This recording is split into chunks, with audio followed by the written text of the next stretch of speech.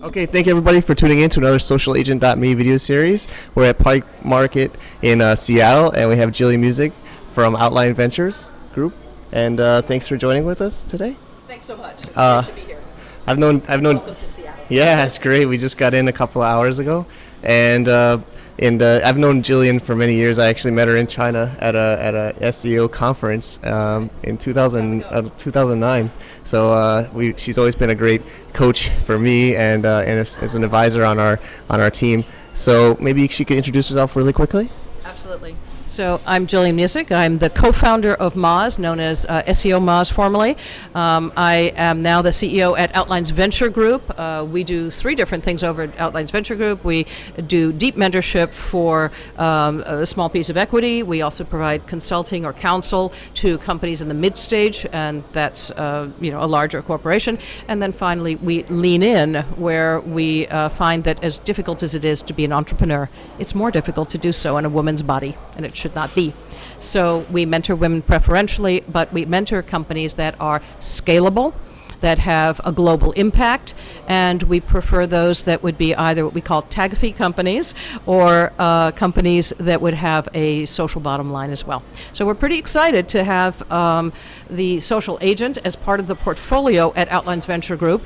We're mostly interested because it is the transactional intersection between commercial pieces that already exist on the planet. We feel that if you can be that center, not only the one that binds it, but the one that can take income from the transactional piece, we think that is scalable, it's long-term, and it's a growing industry. So congratulations on all fronts. Thank you. Still have a lot more work to go, but I'm very excited for you. You've been with us along the way since the very beginning, and I appreciate that. So we had coffee today at Tully's Coffee. That's right. Yeah, it's a great spot. And maybe you could recap some advice you've given me today for our listeners. So we talked a little bit about the different kinds of customers that you have, the buyers and the sellers, and how they interact.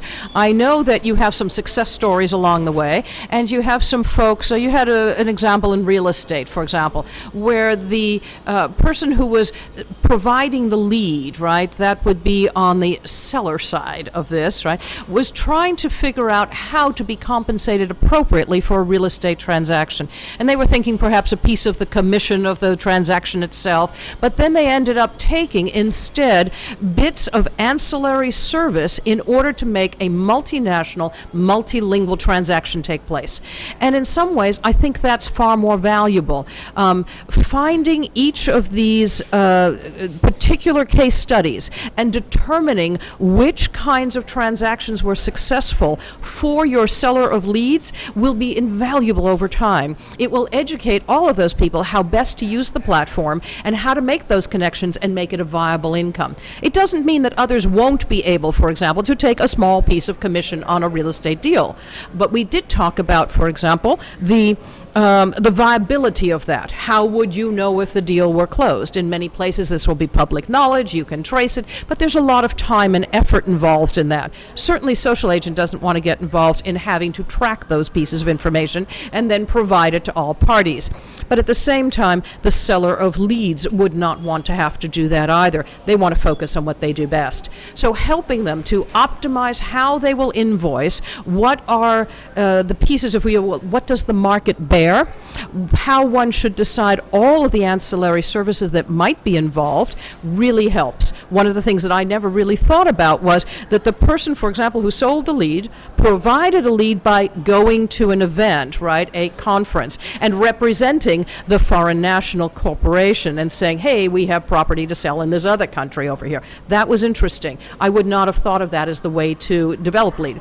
But in the end, a lead was made, maybe many, but in this particular case, a lead was taken. And then there were translation issues. There were document issues around different laws of different countries, and of course there was the connection issue to a real estate agent who could complete it inside the country in which it was being sold, as well as the country in which it existed. So those two things I thought were very interesting, and there may have been other services offered too. Coming up with statistics around the viability of charging, how one can do those things, and perhaps even what the market bears. In other words, what the average cost would be for that. Establishes some medians that have never existed on the planet. Very, very exciting stuff, and it will both educate the people who use your platform on both sides, and it will move forward an equitable pricing structure around using this. So I think it's very interesting stuff. Thanks so much, Julian. You always say it better than me. You're very well spoken. So thank you so much. And yeah, we're very excited about making this an international platform and having local representation in all markets. And we're starting in the Chinese market, but we're already testing other local markets. So excited for that. Thank you again, and thanks for meeting me today. That's a wrap. Bye bye.